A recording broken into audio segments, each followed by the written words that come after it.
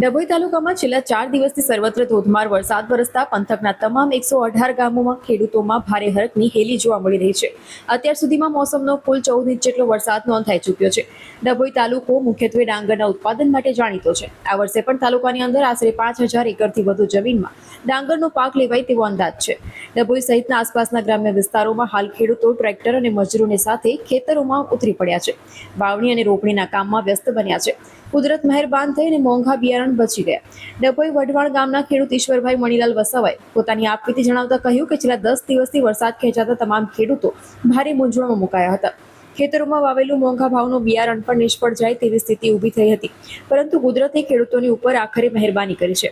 વરસાદ થતાં જ સુકાઈ રહેલા પાકને નવું જીવનદાન મળ્યું છે. ત્યારે હવે જગતનો તાત ભગવાન પાસે એક જ આશા રાખે છે કે આખું વર્ષ પાક સારો રહે અને ખેતી ઉપર કોઈ કુદરતી આફત કે મુસીબત ન આવે.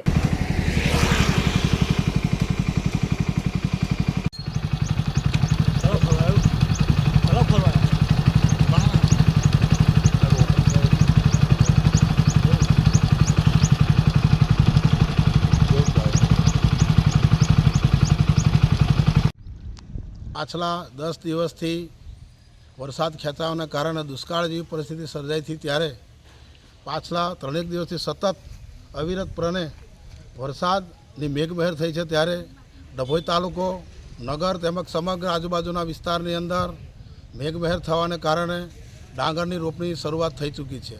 સાથે સાથે વઢવાના સિંચાઈ તળાવમાં નવા નીર આવવાને કારણે ખેડૂતોમાં વધુ હર્ષોલ્લાસ અને લાગણી પ્રસરી છે કે ચાલુ સાલ પણ ડાંગરની રોપણી કરીને સારી રીતે મબલક પાક ઉતારી શકીશું.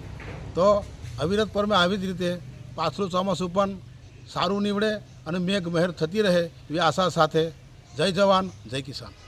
કેટલા એકડમાં થતી હશે? હજારો હેક્ટરના વિસ્તાર આજે ડાંગર એટલે ડભોઈ તાલુકાની અંદર સિંચાઈ તળાવના કારણે હજારો હેક્ટરની અંદર ડાંગરનો પાક લઈ રહ્યો છે.